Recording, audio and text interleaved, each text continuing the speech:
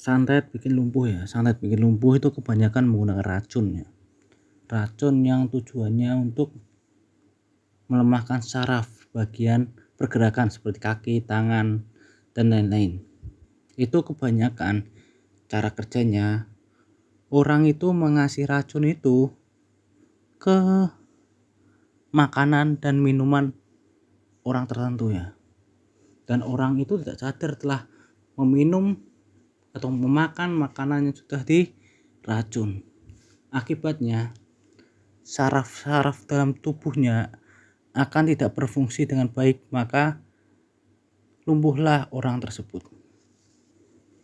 Sebenarnya itu sebelum kejadian itu sebenarnya bisa dicegah dengan cara memakan atau meminum air kelapa muda dan dipekam darahnya untuk mengeluarkan racun sebelum menyerang saraf.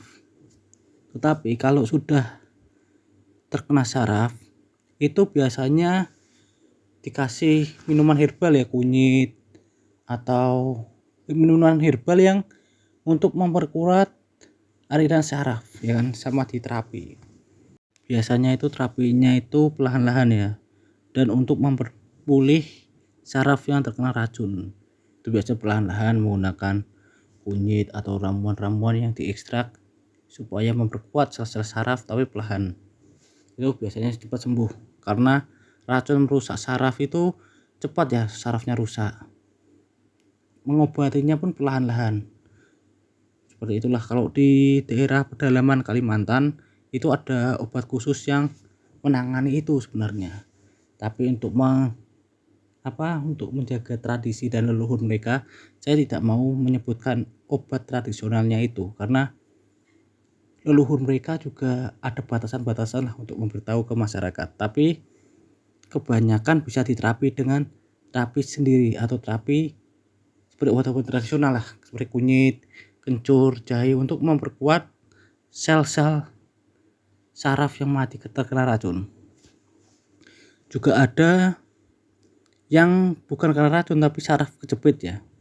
Itu biasanya akan membuat kakinya itu tidak bisa bergerak karena sarafnya terjepit ya, dan tidak bisa mengaliri darah di bagian saraf dan membuat kaki itu menjadi lumpuh ya. Dan bisa diobati dengan pijat saraf atau pijat tulang ya, kretek gitu, pijat kretek-kretek yang ada di YouTube atau yang di kota-kota terdekat itu bisa disembuhkan. Juga ada itu yang bukan karena racun, juga bukan karena sarafnya kejepit, tapi karena sihir. Nah, yang karena sihir itu tandanya orang itu pikirannya kacau dan seakan-akan mau berdiri itu seperti jatuh, kakinya halusinasinya itu kakinya seperti tugel atau kakinya hilang, berhalusinasi yang membuat sel saraf otak itu tidak bisa menggerakkan kaki, tangan, dan lain-lain. Itu termasuk jenis sihir ya, untuk mengacaukan pikiran.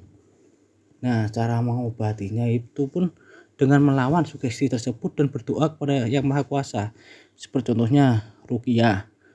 Ruqyah itu adalah doa perlindungan kepada Tuhan Yang Maha Esa.